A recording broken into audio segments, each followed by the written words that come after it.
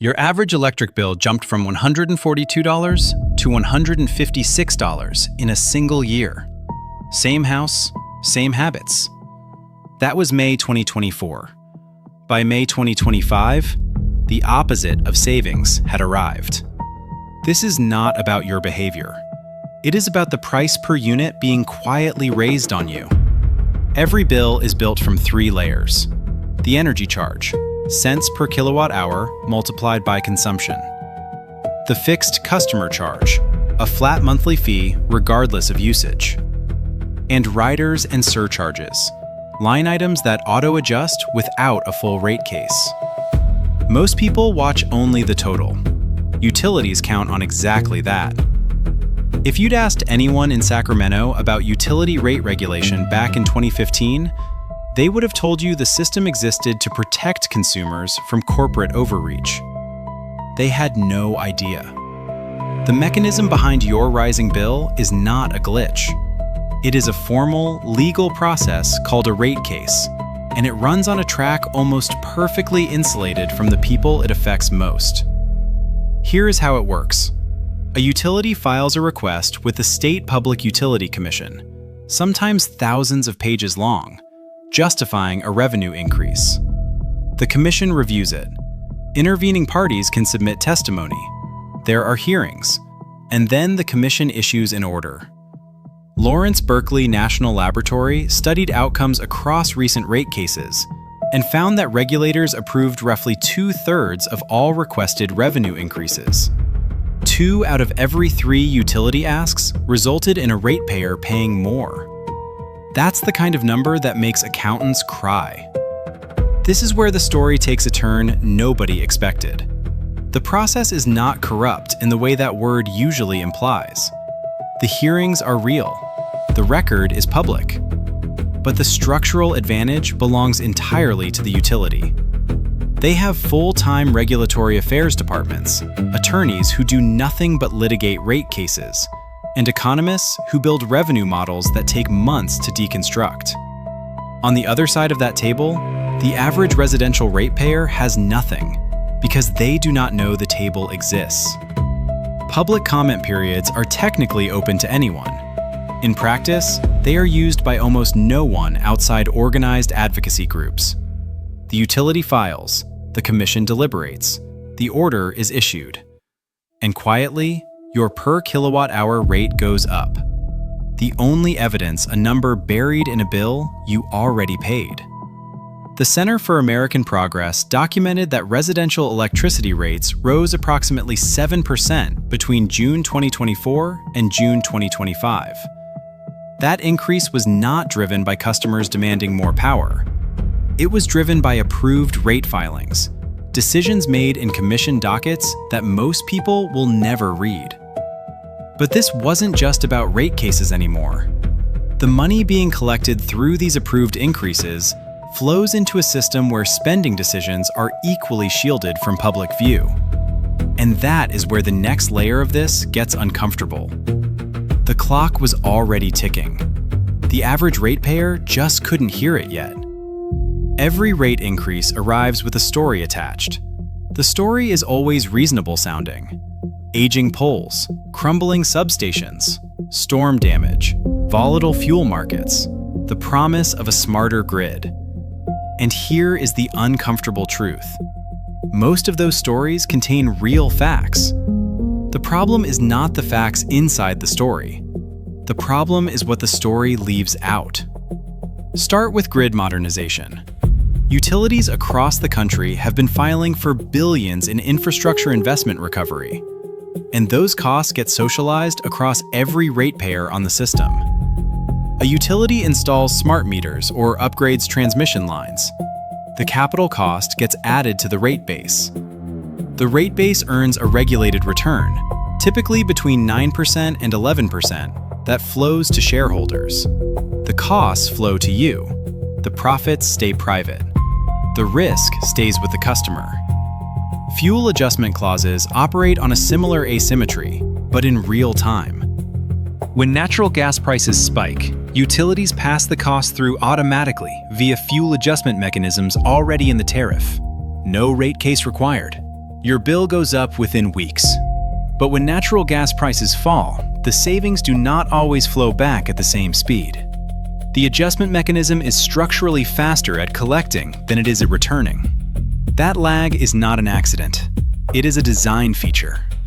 Storm resilience budgets are the third major category. After a major weather event, utilities file for cost recovery. In principle, this is legitimate.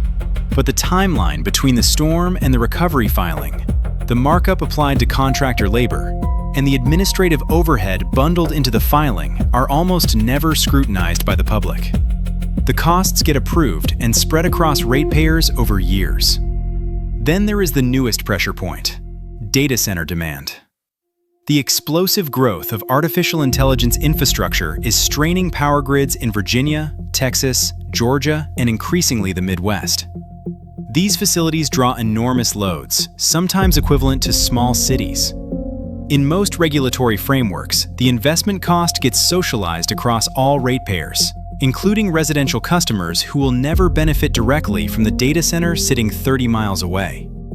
The honest summary is this: every cost category described here is real, but the decision to make residential ratepayers the primary vehicle for cost recovery, rather than shareholders absorbing more risk, or large commercial users paying load-proportionate shares, is a policy choice. It is not a law of physics.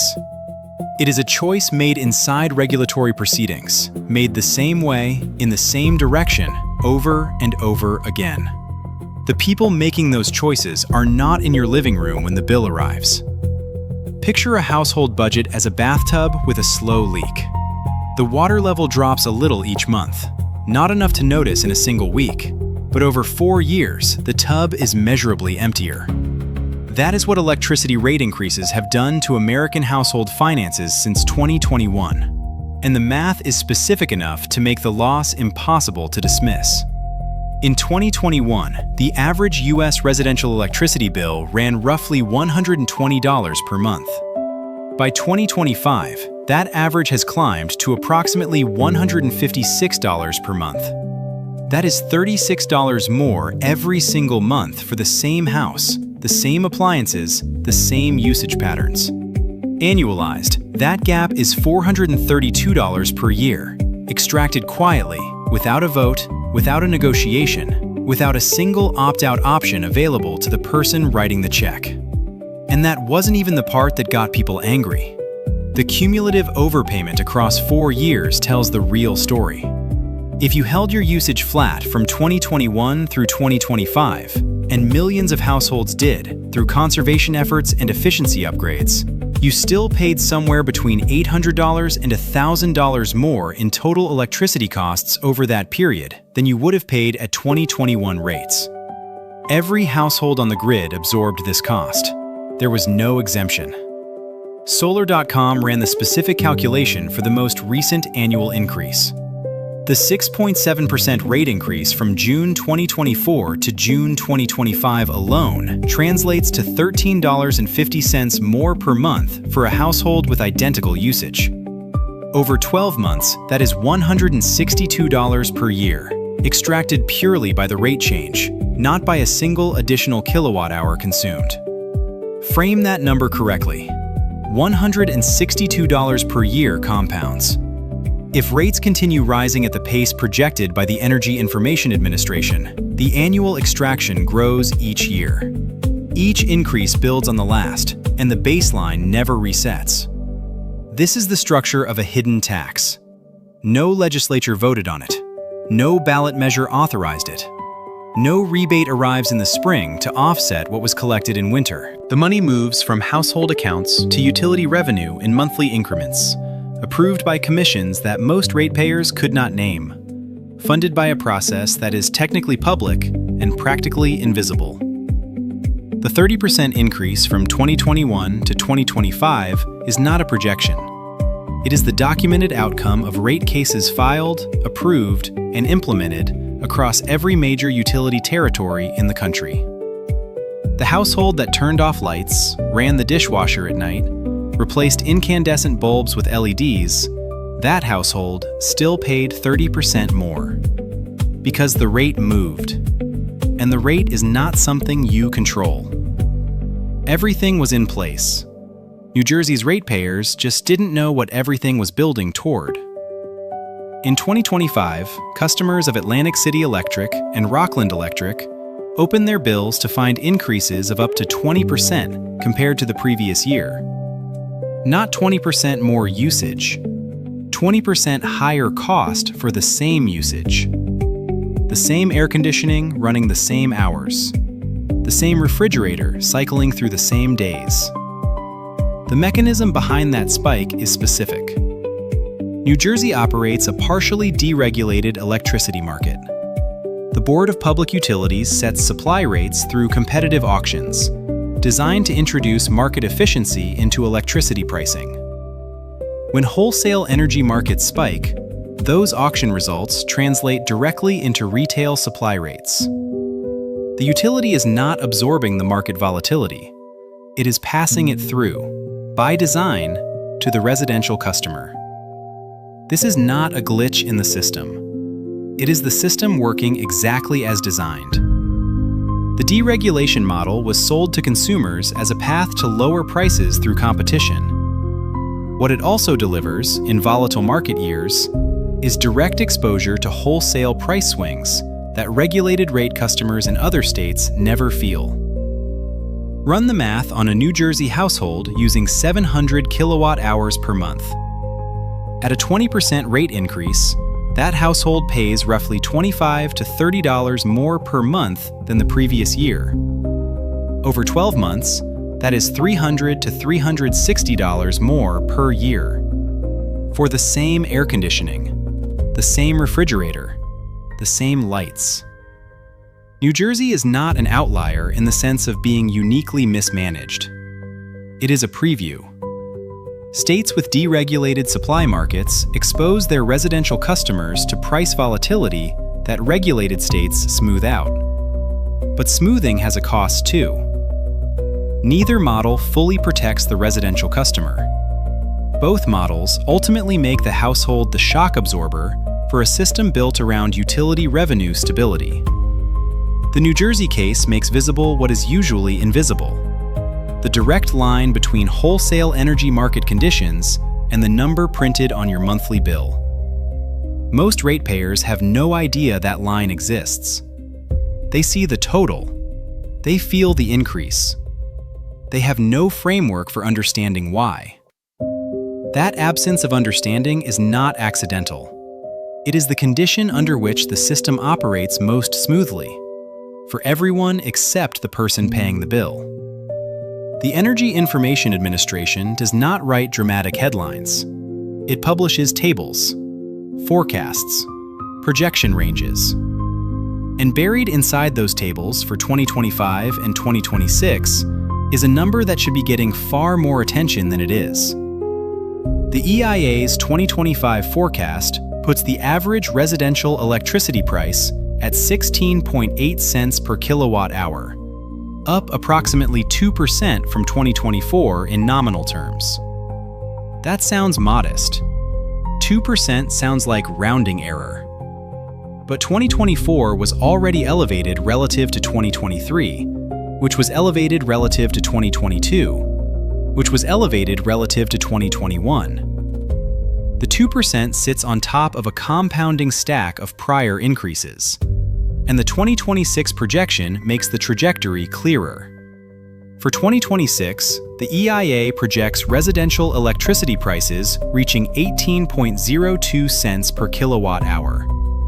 A household using 900 kilowatt hours per month at 18.02 cents pays $162.18, compared to the $147.69 that same household paid at the May 2024 rate. That is $14.49 more per month, $173.88 more per year, for the same usage. If you're wondering how that's even legal, so is everyone else. Lawrence Berkeley National Laboratory's analysis of real, inflation-adjusted retail electric rates found that rates rose 2.6% from 2024 to 2025, meaning electricity is becoming more expensive even after accounting for general inflation. This is not electricity tracking inflation. This is electricity outpacing it. The trend line from 2021 to projected 2026 tells the full story. Residential electricity prices will have risen roughly 35 to 40% in nominal terms across that 5-year window. That increase is not driven by scarcity. It is driven by capital investment recovery, fuel cost pass-throughs, and the regulatory approval of utility revenue requests. The same machine described earlier, running at full speed, producing a predictable output. Higher rates year after year, regardless of what you do with your thermostat. Up to this point, the average ratepayer had been paying without the math. That was about to flip. But the version you've heard? That's not the full picture. The industry conversation around cooling costs almost always focuses on equipment efficiency, SEER ratings, age of the system, duct leakage. Those factors matter, but they exist inside a rate environment that has been quietly repricing every kilowatt hour those systems consume. And when you run the actual numbers, the rate increase alone is costing you real money every cooling season. Here is the arithmetic. A central air conditioning unit running 8 hours per day at 3.5 kilowatts consumes 28 kilowatt hours per day. At the May 2024 national average rate of 16.41 cents, that is $4.59 per day. At the May 2025 rate of 17.47 cents, that same unit running the same 8 hours costs $4.89 per day. 30 cents more per day every day the system runs, with no change in behavior and no change in equipment. Over a 90-day cooling season, that rate increase alone adds $27 to your AC costs. Not because you ran the unit more, not because the system got less efficient, purely because the price per kilowatt hour moved. Now adjust for an aging or undersized system. An inefficient unit running 12 hours per day consumes 42 kilowatt hours daily. At the same rate differential, that household pays 45 cents more per day. Over a 90-day season, that is $40.50 extra, still from the rate increase alone, still with zero behavior change. The double penalty for the inefficient system is real. It consumes more kilowatt hours, and each of those kilowatt hours now costs more. This is why the 10-year math on any HVAC system must now include a rate escalation assumption that the industry's own calculators typically omit. A central AC system purchased in 2021 at roughly 13 cents per kilowatt hour is operating in a 17 to 18 cent world by 2025. The operating cost of that system has increased by 30 to 38%, not because the equipment degraded, but because the price of the fuel it runs on was repriced by a regulatory process the homeowner never participated in. When a contractor quotes you a payback period on a new high-efficiency system, they are almost certainly using a static rate assumption. But if rates continue rising at the EIA projected pace, the payback period on efficiency improvements is shorter than those calculators suggest. The savings compound faster than a static model shows, because the rate environment keeps moving the baseline upward. The rate hike hits every system, efficient or not. But it hits the inefficient system hardest, every single day the temperature climbs above comfortable. The system is not going to fix itself. The rate cases will keep coming. The riders will keep adjusting. But there are specific, concrete actions that put real numbers back in your favor, and most require nothing more than a phone call and a calculator. Start with time of use rates. If your utility offers a time of use pricing structure, and a growing number do, the same kilowatt hour can cost 30 to 50% less at 10 p.m. than it does at 3 p.m. on a summer afternoon. Running your dishwasher or charging an EV after 9 p.m. is not a sacrifice. It is a rate arbitrage. A household that moves even 20% of its load to off-peak hours can meaningfully offset the impact of a rate increase without reducing comfort. Next, audit your fixed charges.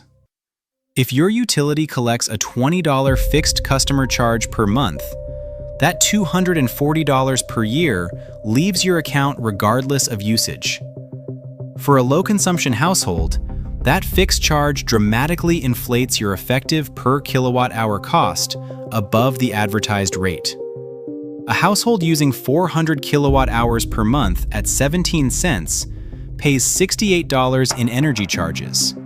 But the $20 fixed fee brings the effective all-in rate to 22 cents per kilowatt-hour.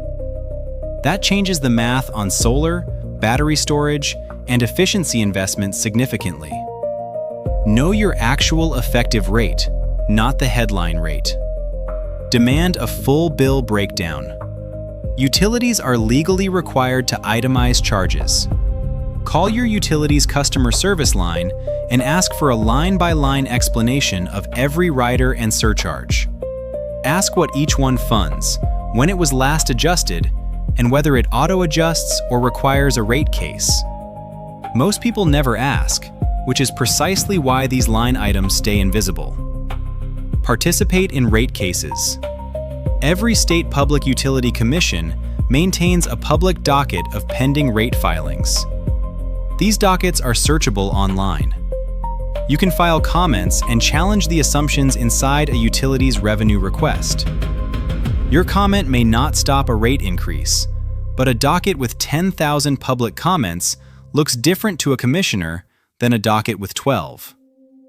Finally, recalibrate every energy investment calculation you make. When evaluating an HVAC upgrade, insulation project, or solar installation, use 17 to 18 cents per kilowatt hour as your baseline rate and apply a 3 to 5% annual escalation assumption going forward. The payback periods on efficiency improvements are shorter than the industry's own calculators suggest because those calculators assume static rates.